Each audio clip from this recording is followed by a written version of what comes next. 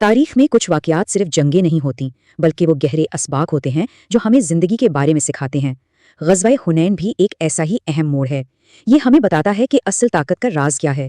یہ صرف ایک تاریخی جنگ کی کہانی نہیں بلکہ اس بات کی گواہی ہے کہ جب انسان اپنی تعداد پر بھروسہ کرتا ہے تو کیا ہوتا ہے، اور جب اپنے ایمان پر بھروسہ کرتا ہے تو کیا کچھ ممکن ہو جاتا ہے۔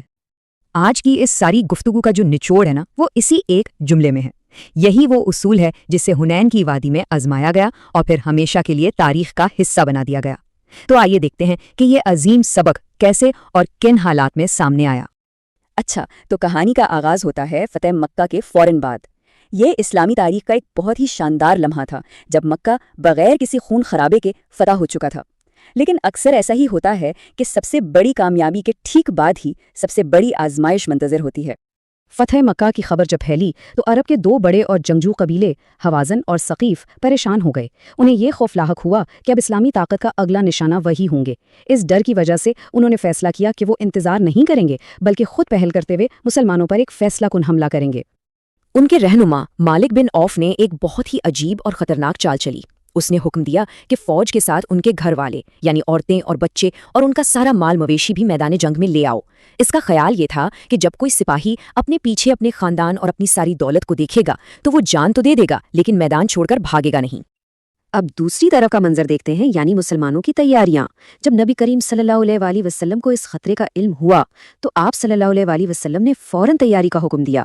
لیکن اس بار صورتحال کچھ الگ تھی اور اسی میں ایک نیا امتحان بھی چھپا ہوا تھا۔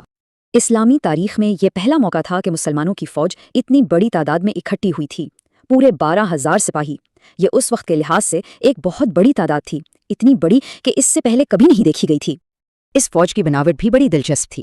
اس میں 10,000 تو وہ تجربہ کار صحابہ تھے جو فتح مکہ میں شریک تھے، لیکن ساتھ ہی 2,000 وہ نئے لوگ بھی تھے جنہوں نے کچھ ہی عرصہ پہلے اسلام قبول کیا تھا۔ یہ تجربے اور نئے جوش کا ایک ملاپ تھا، مگر اسی میں ایک کمزوری بھی پوشیدہ تھی۔ اور ہوا یہ کہ اتنی بڑی تعداد کو دیکھ کر کچھ لوگوں کے دل میں یہ خیال آ گیا کہ ارے آج تو ہمیں کوئی ہرا ہی نہیں سکتا، ہم تو بہت زیادہ ہیں۔ بس یہی وہ چھوٹی سی سوچ تھی، ایک طرح کا غرور جو اس جنگ کی سب سے بڑی آزمائش بننے والا تھا۔ جنگ کا میدان تھا حنین کی وادی جو مکہ اور طائف کے بیچ میں تھی۔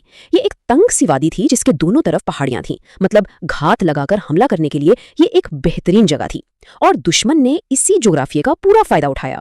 دشمن کے لیڈر مالک بن عوف نے بہت چالاکی سے اپنے سب سے ماہر تیر اندازوں کو وادی کے اطراف میں موجود پہاڑوں اور گھاٹیوں میں چھپا دیا۔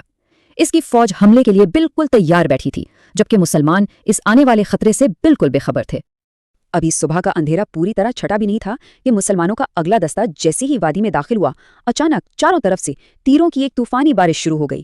یہ حملہ اتنا اچانک اور اتنا شدید تھا کہ کسی کو سنبھلنے کا ذرا سا بھی موقع نہیں ملا۔ بس چند ہی لمحوں میں سارا منظر بدل گیا۔ جو فوج کچھ دیر پہلے تک منظم اور پر اعتماد نظر آ رہی تھی، اب اس میں شدید افراتفری پھیل گئی۔ گھوڑے بدک کر بھاگنے لگے، صفیں ٹوٹ گئیں، اور خاص طور پر جو نئے مسلمان تھے وہ اس اچانک حملے سے گھبرا کر پیچھے کی طرف بھاگنے لگے۔ یہ وہ لمحہ تھا جس کا ذکر خود قرآن کریم نے بھی کیا ہے۔ وہ بڑی تعداد جس پر کچھ لوگوں کو بڑا مان تھا، اس اچانک آزمائش کے سامنے بالکل بیکار ثابت ہو رہی تھی۔ زمین اتنی وسیع ہونے کے باوجود تنگ محسوس ہونے لگی۔ لیکن جب سب کچھ بکھرتا ہوا لگ رہا تھا، عین اسی افراتفری کے بیچ ایمان اور قیادت کا ایک ایسا عظیم منظر سامنے آیا جس نے سب کچھ بدل دیا۔ یہ جنگ کا وہ موڑ تھا جہاں تعداد ہار گئی اور ایمان نے قیادت سنبھالی۔ اس انتہائی نازک وقت میں جب بہت سی لوگوں کے قدم اکھڑ رہے تھے، اللہ کے رسول صلی اللہ علیہ وسلم نہ صرف اپنی جگہ پر چٹان کی طرح ثابت قدم رہے بلکہ اپنے خچر کو آگے بڑھاتے ہوئے بلند آواز میں یہ اعلان فرما رہے تھے۔ آپ صلی اللہ علیہ وسلم کی ذات اس طوفان میں ایک روشنی کے مینار کی طرح تھی جو یقین اور ہمت کا مرکز تھا۔ اس وقت آپ صلی اللہ علیہ وآلہ وسلم کے ساتھ صرف گنتی کے چند جانثار صحابہ موجود تھے، جن میں حضرت علی، حضرت عباس اور دیگر قریبی ساتھی شامل تھے۔ ان چند لوگوں کی ثابت قدمی نے تاریخ کا رخ موڑ دیا۔ تبھی نبی اکرم صلی اللہ علیہ وآلہ وسلم نے اپنے چچا حضرت عباس سے، جن کی آواز بہت بلند اور گونجدار تھی، فرمایا کہ مسلمانوں کو پکارو۔ حضرت عباس نے اپنی پوری طاقت سے آواز لگائی۔ انہوں نے انصار کو پکارا، یعنی مدینہ کے ان مددگاروں کو جنہوں نے ہر مشکل میں ساتھ دیا تھا، اور بیت رضوان والوں کو پکارا، یعنی ان لوگوں کو جنہوں نے آپ صلی اللہ علیہ وآلہ وسلم کے ہاتھ پر مرنے کا عہد کیا تھا۔ یہ صرف ایک پکار نہیں تھی، یہ ان کے ایمان اور ان کے وعدوں کی یاد دہانی تھی۔